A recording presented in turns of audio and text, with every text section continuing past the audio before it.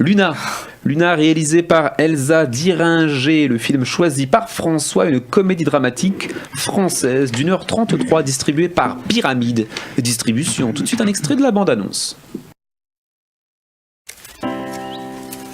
Je pensais peut-être t'embaucher en emploi aidé. Vous voulez m'embaucher? Moi? Ruben! Mais il est charmé. Joyeux anniversaire. Je suis là, gros. C'est juste qu'on est bourré, tu sais, c'est mon anniversaire, on est complètement mort. C'est bon, je m'en fous de ton anniversaire. Luna vit près de Montpellier, travaille dans une exploitation maraîchère. Elle est belle, drôle, elle dévore la vie. Elle serait prête à tout pour garder l'amour de Ruben. Au cours d'une soirée trop arrosée avec ses amis, ils agressent un jeune inconnu. Quelques semaines plus tard, celui-ci réapparaît dans la vie de Luna. Tout de suite, les notes des démonteurs. On a quoi? 2,7, 2 bons films pour les hommes et un 6, un film correct pour l'amatrice des chiens, Charlotte Bouzet. Je donne la parole à Rémi. Tiens, un bon film que ce Luna. Ouais, après il faut avouer que moi je suis particulièrement friand des drames français. Dans le cadre de celui-là, j'ai été très accroché par la caméra, que je trouvais puissante, notamment le truc du smartphone marchait très bien ici. Et de manière générale, je trouve que ça marche vraiment bien, ce truc de donner de l'impact du réel, de l'interaction sur ça. L'histoire était plutôt poignante, contrairement à d'habitude dans les films français où c'est un peu chiant, il y a juste des gens qui s'aiment et il pleut. Là, il y avait des vrais gens à suivre, de l'enjeu. Il neige. De l'enjeu. Les textes étaient un peu naturalistes mais quand même soignés, sympa, et les personnages fouillés avaient tous une complexité. Le gros macho était pas si macho que ça et le petit fluet avait quand même ils avaient tous une forme de complexité, ils évoluent au fil du film.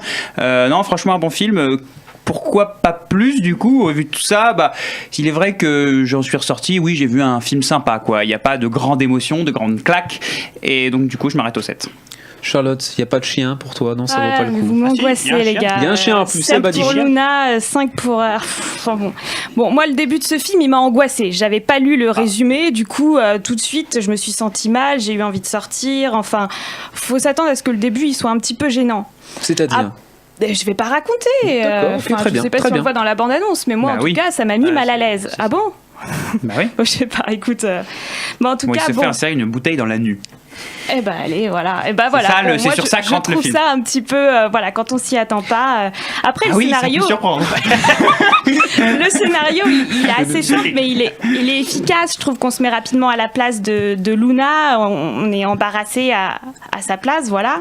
C'est très bien joué. Moi, c'est ce qui a un peu sauvé le film, c'est que je trouve que les acteurs sont vraiment bien. Laetitia Clément, déjà c'est une belle actrice. En plus, je trouve qu'elle interprète très bien le rôle. Il y a une belle évolution du personnage. Je crois que c'est son premier rôle d'ailleurs. C'est son premier rôle, ouais. Donc franchement, chapeau.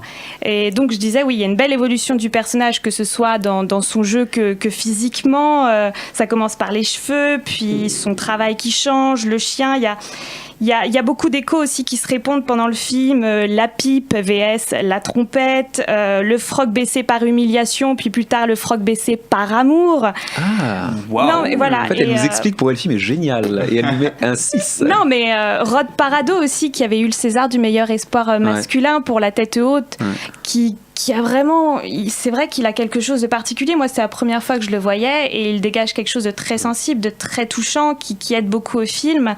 Donc voilà, j'étais partie pour mettre 4, mais grâce au casting et à une belle image, quand même, il faut le dire, une belle photographie, et à des scènes, des jolis moments comme le baiser dans le bruit du vent, la fanfare. Voilà, moi je pense que ça vaut un 6. Suite à cette magnifique critique de Charlotte, on a François Vial. Avec un 7, un bon film. François, oui, un bon film. Ton film, pareil, bordel. j'ai eu la même réaction que Charlotte au début. Pendant 10 minutes, un quart d'heure, tu te sens assez mal et tu te dis putain, si c'est surtout ça, que tu l'as vécu, ça, ce genre de choses. Donc tu t'es reconnu, tu te dis moi, merde. Moi, c'est tous les week-ends. Donc, c'est vrai que ça fait un peu peur. Hein. Bon, faut connaître. Mais il y a les pratiques, il y a les bonnes pratiques. Et c'est l'évolution du film, moi, où je lui donne 7 parce que je suis sorti de la salle et effectivement pendant un petit moment je suis resté quand même sur le cul parce que parce qu'au début j'y croyais mais pas du tout. Je me suis dit oh putain ça va dans quoi on s'embarque. Ouais, dans quoi je m'embarque, même au niveau du langage ou machin. Je me suis dit ça y est, je suis trop vieux. C'est très naturaliste, on va dire. Ouais. Mais pourtant moi je me suis laissé embarquer surtout par Rod Parado, alors que justement dans les 10 premières minutes il me fait vraiment de la peine. C'est qui Rod Parado? C'est celui qui se fait agresser. Alex. Et il est très très bon.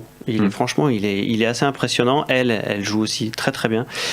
La réalisation, pardon, elle est simple mais efficace. Il y a une très belle photographie, effectivement. Après, c'est un constat assez triste sur la jeunesse. Si ça ressemble à peu près à ça tout le temps, c'est tristounet. Et pourquoi pas plus en fait? Vous avez tous les deux été hyper dithyrambiques sur le film et vous mettez pas des notes si élevées que ça?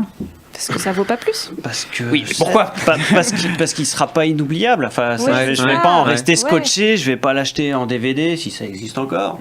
J'ai passé un bon moment, un moment qui m'a surpris parce que je m'attendais pas à autant, mais de là à... Oui, ça restera pas un classique non plus. On n'y repense pas, il n'y a pas de surprise, on se dit pas, putain, ce film c'est une performance. C'est vrai qu'il y a les grands codes du film français, ils sont répétés, juste bien faits. On sait comment ça va finir, etc. On est mi-avril, voilà, vous pensez que ce film-là, vous allez l'oublier, tranquillou bilou. Sparring, par exemple, tu l'as oublié, ce genre de choses. C'est à ce niveau-là ou c'est plus haut, c'est en dessous? Comment vous situez ce film par rapport au paysage français? Au paysage français.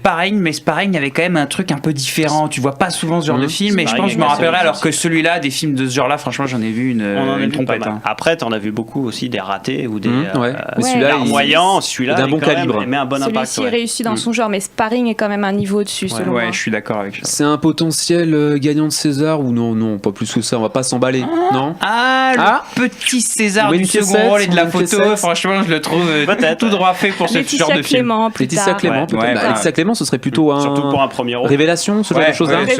Révélation. C'était Luna, réalisé par Elsa Diringer, le film choisi par François. Bravo François. 6,7, il nous refait le coup de Sparring, un bon film.